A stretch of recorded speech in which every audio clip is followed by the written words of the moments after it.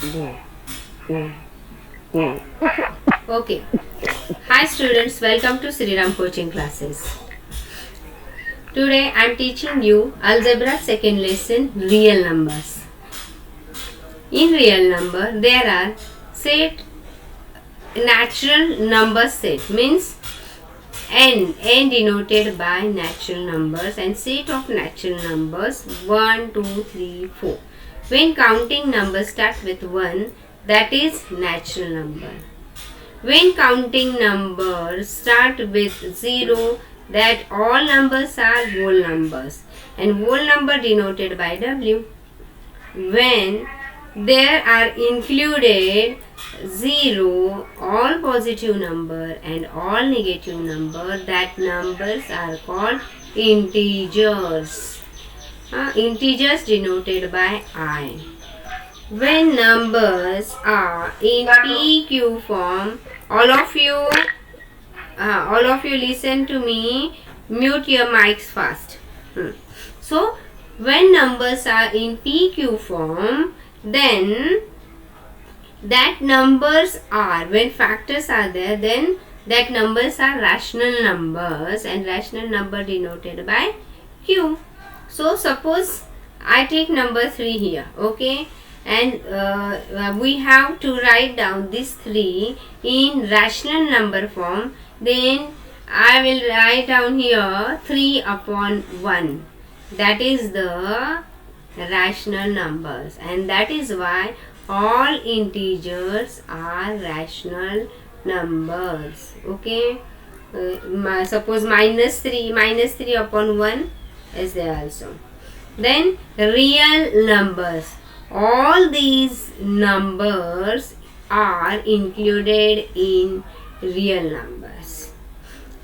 Even irrational numbers also included in real numbers.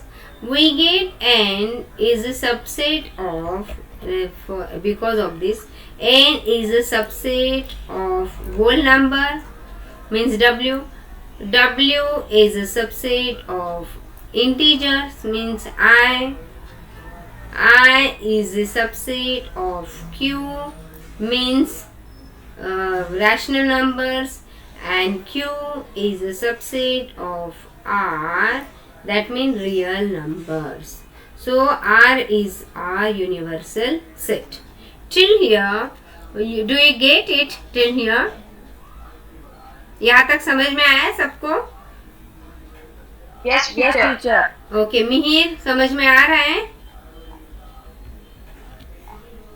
Okay, so order relation on rational numbers. अभी P Q form में या ए upon B form में जितने भी numbers है उसे बोला जाता है rational numbers. Suppose there are 2 rational numbers, p upon q and r upon s are any 2 rational number with, अभी ये जो रैशनल नंबर, ये जो क्यू है bigger than 0 and s also bigger than 0, तो 1, 2, 3, 4, 5 के आगे कौन सा भी नंबर लेकिन 0 से बड़ा ऐसा नंबर हो, उस टाइम हम लोग क्या करेंगे, उसका ऑर्डर रिलेशन सपोज दिखाना है, तो P इंटू एस और R इंटू क्यू या Q into r cross multiplication करेंगे, और सपोज दोनों का आंसर सेम हुआ, तो ये जो रैशनल नंबर्स हैं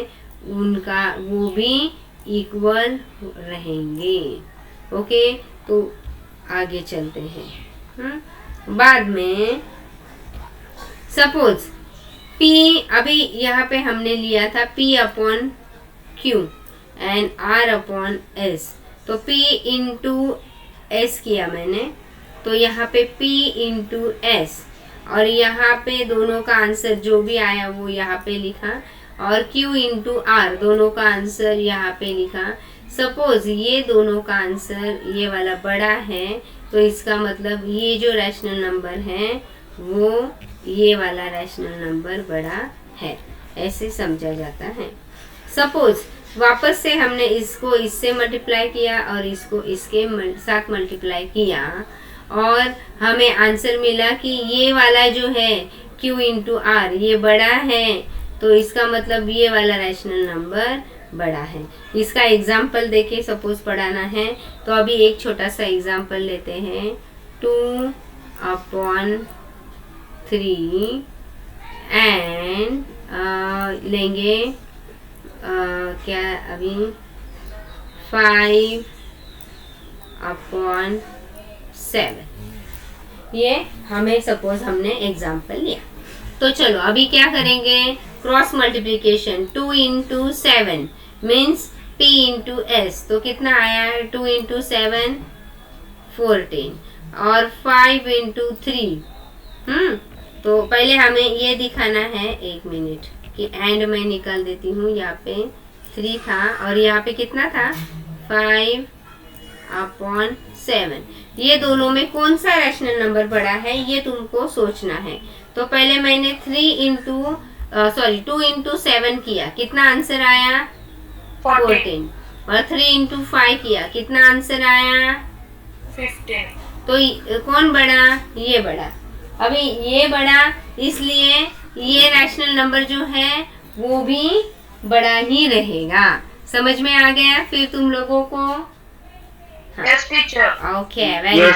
तो इसी तरह से रैशनल नंबर्स जो है उनमें हमें क्या करना है, ऑर्डर रिलेशन एंड जो इसमें ऑर्डर रिलेशन बताना होता है। तो समझ में आया यहाँ तक? हाँ, अभी ये जो प्रॉपर्टी है you have to read it. Okay, Mihir, otherwise Chirayu, anybody can read fast. If ABC are any rational numbers, then मला ते आवाज येतो का teacher? Yes, yes, I can listen your voice. हाँ? नहीं नहीं, तो If ABC are any rational numbers, then property common. listen. Properties of rational numbers. अभी तक हमने सीखा rational numbers. Okay, now we have to learn about the properties of rational numbers. So I take here 3 numbers, which are that A, B and C are any rational numbers. Then so first हम लोग property देखने वाले हैं, फिर इसका addition देखने वाले हैं और इसका मल्टीप्लिकेशन भी देखने वाले हैं। ओके, तो चलो पहला रीड करो।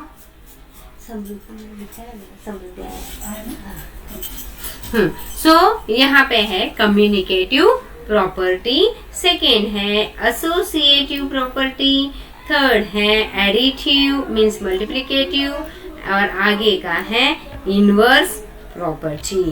इस तरह से अभी हम जाएंगे पहले कम्युनिकेटिव प्रॉपर्टी। तो चलो अभी यहाँ पे देखो, पहले A B C ये जो नंबर्स हैं पहले इन्होंने लिखा नहीं है लेकिन मैं लिख लूंगी। A/B and C/,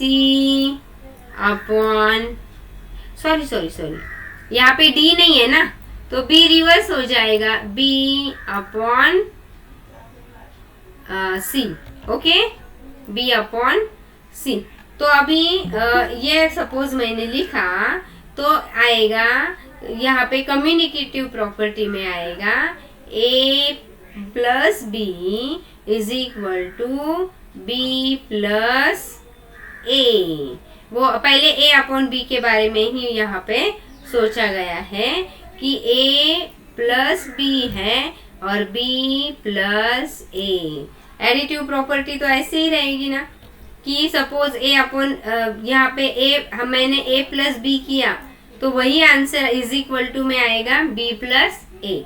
यहाँ पे है कम्युनिकेटिव में A × B = B × A। पहले हमने इसके दो के ऊपर ही बात कर रहे हैं हम लोग।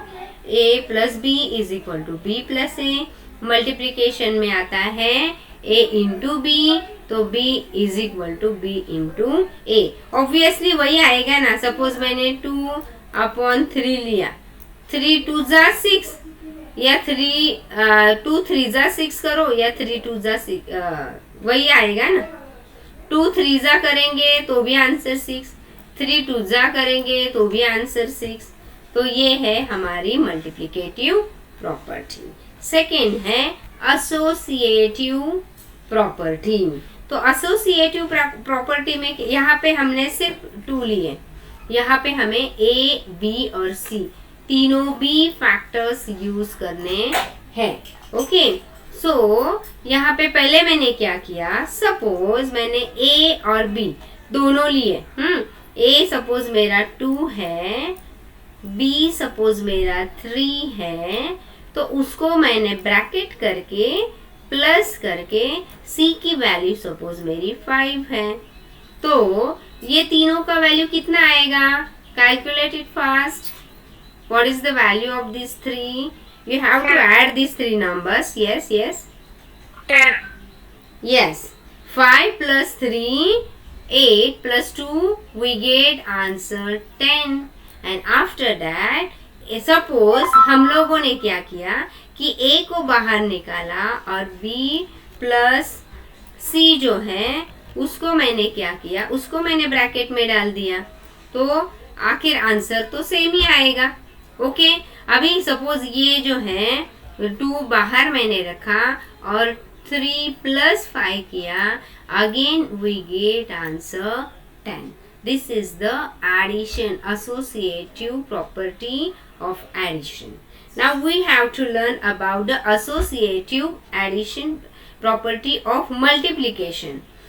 We have to take these 3 numbers.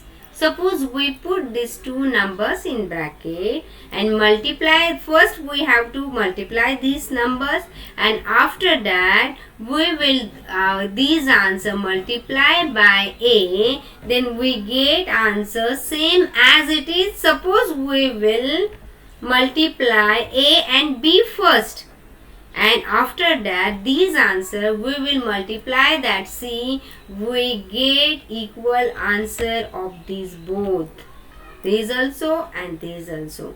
Till here we get do you understand?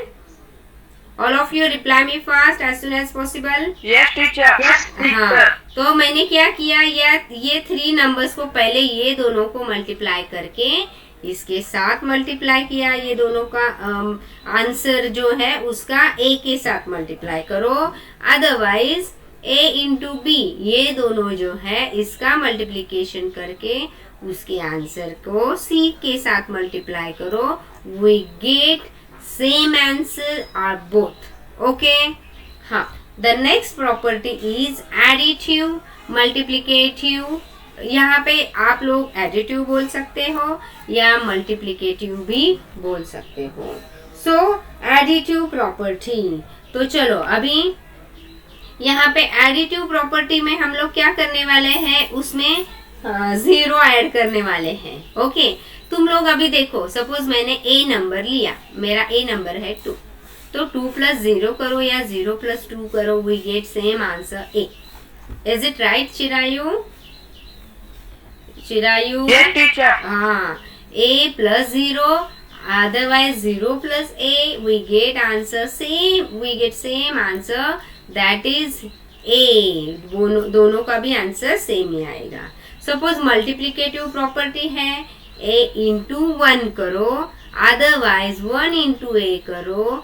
Suppose in a certain number, हाँ, suppose we multiply by 1 with certain number, we get answer that certain number only. Okay, do you get it, all of you?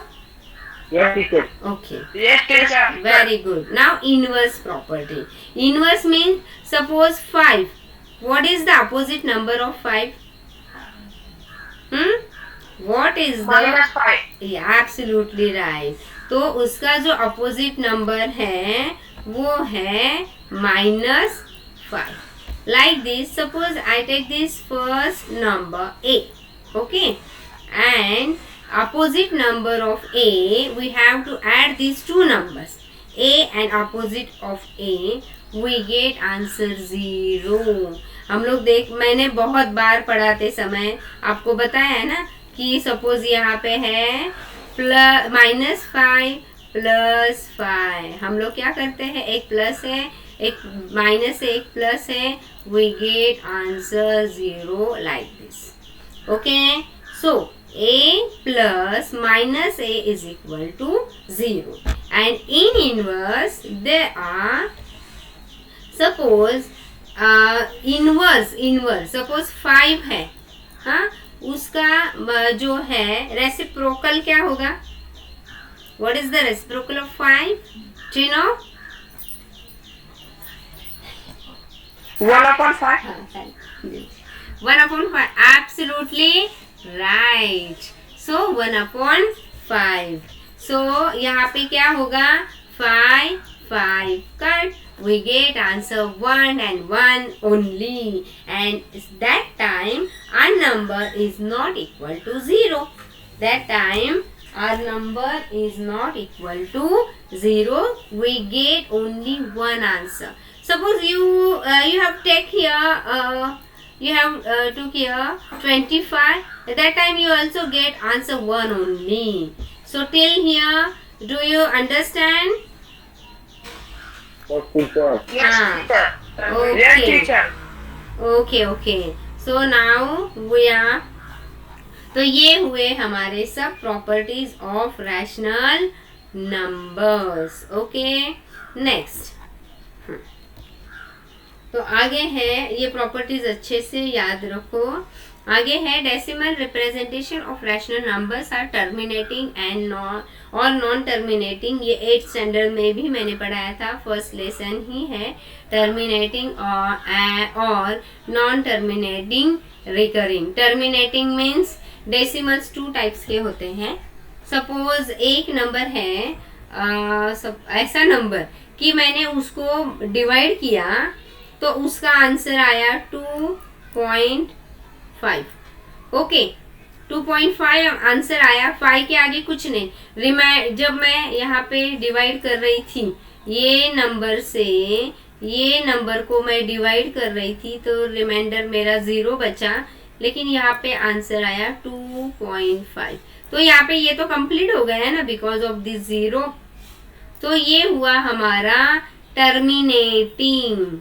लेकिन एक ऐसा मैंने एक divide किया तो उसने क्या किया, ये नंबर से ये नंबर को डिवाइड करती गई. तो यहाँ पे सपोज 0.4 वापस 1 ऐसा नंबर आता ही चला गया. उसे बोला जाता है नॉन टर्मिनेटिंग रिकरिंग. समझ में आया यहाँ पे? Yes, teacher. Very good. Yes, teacher. Good.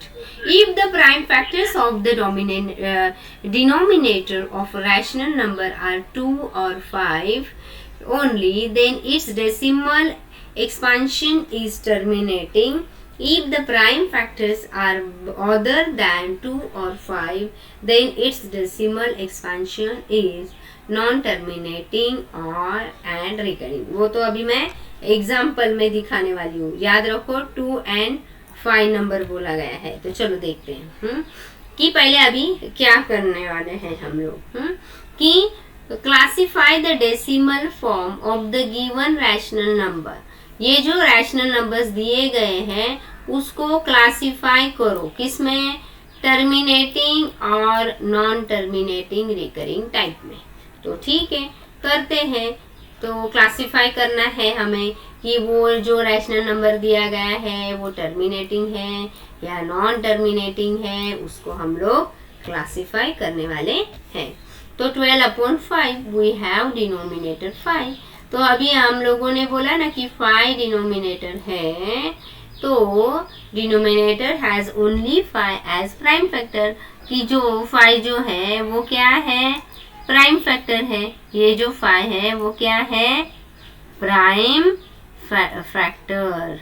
तो अभी यहाँ पे वो प्राइम फैक्टर है, तो इसलिए ये जो नंबर है 13/5 has the terminating decimal representation.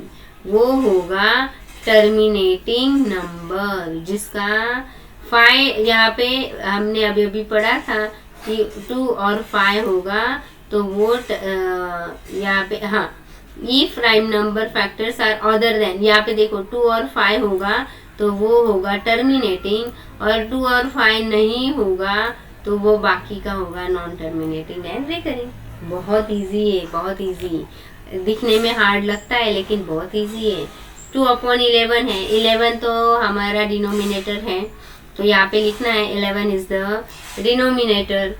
So thus denominator has prime factor other than 2 and 5, कि उसमें वो 2 भी नहीं है और ना ही 5 है, ये दोनों नंबर नहीं है। इसका मतलब ये है recurring and non terminating decimal, और सपोज 2 और 5 में से आएगा तो टर्मिनेटिंग। समझ में आया?